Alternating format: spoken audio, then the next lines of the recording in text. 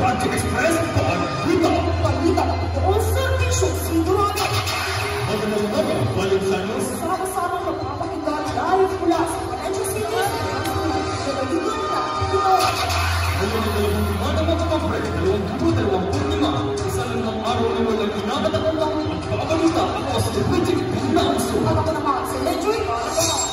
Naghatid sa inyo ng nakakapong balita mula sa ibang panig ng mundo. Sa ulo ng nagbabagang balita.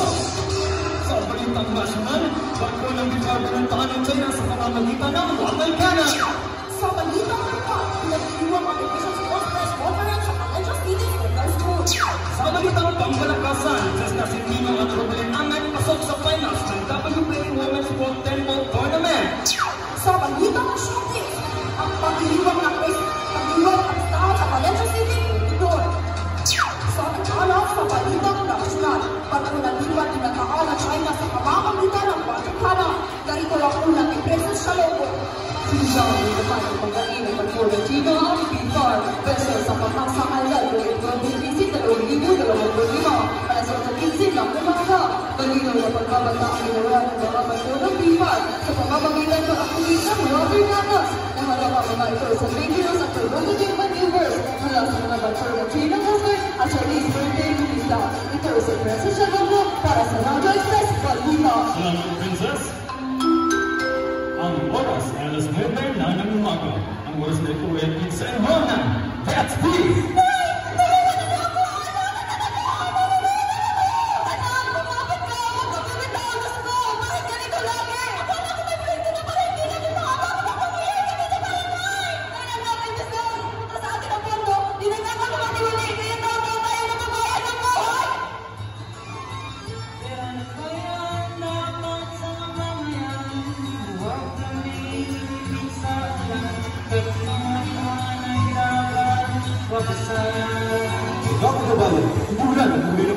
Kung kapatulan, ang pordong para sa tradisyon natin, kumustalan, walang kapino at tulog, dahil buhay natin na nakatili.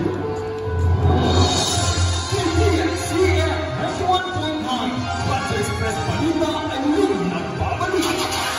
Sa balitang lugar, pinag-iwang ng Education Sports Press Conference sa Valencia City Technical School. Ganito si Gustavo para sa lugar na balita.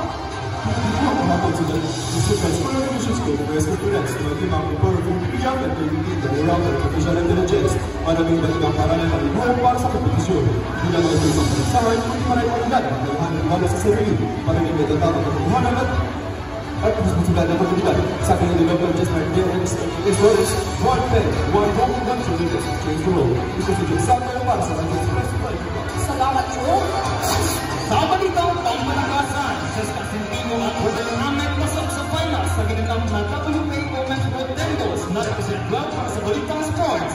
Jessica Sentino at Robelen Amet pasok sa finals sa ginanap na WPA Women's World Tenball Tournament gawin na 13 na Oktubre 2025 na ininaw sa Bali, Indonesia.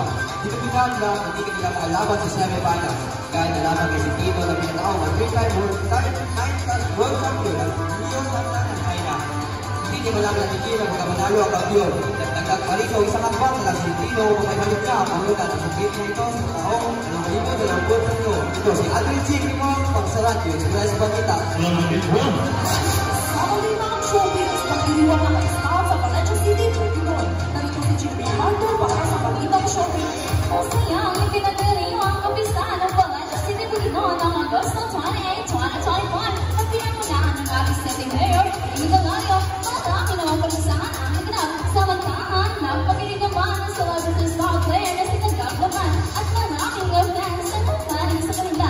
Inaabangan na buti ko ang mga pag-gamit ng mga kapulis star. Ito si Julie Marco ang inyong kabagkaras na wajika. Salamat, Julie. Narinig ninyo ang mga buluhang balita mula sa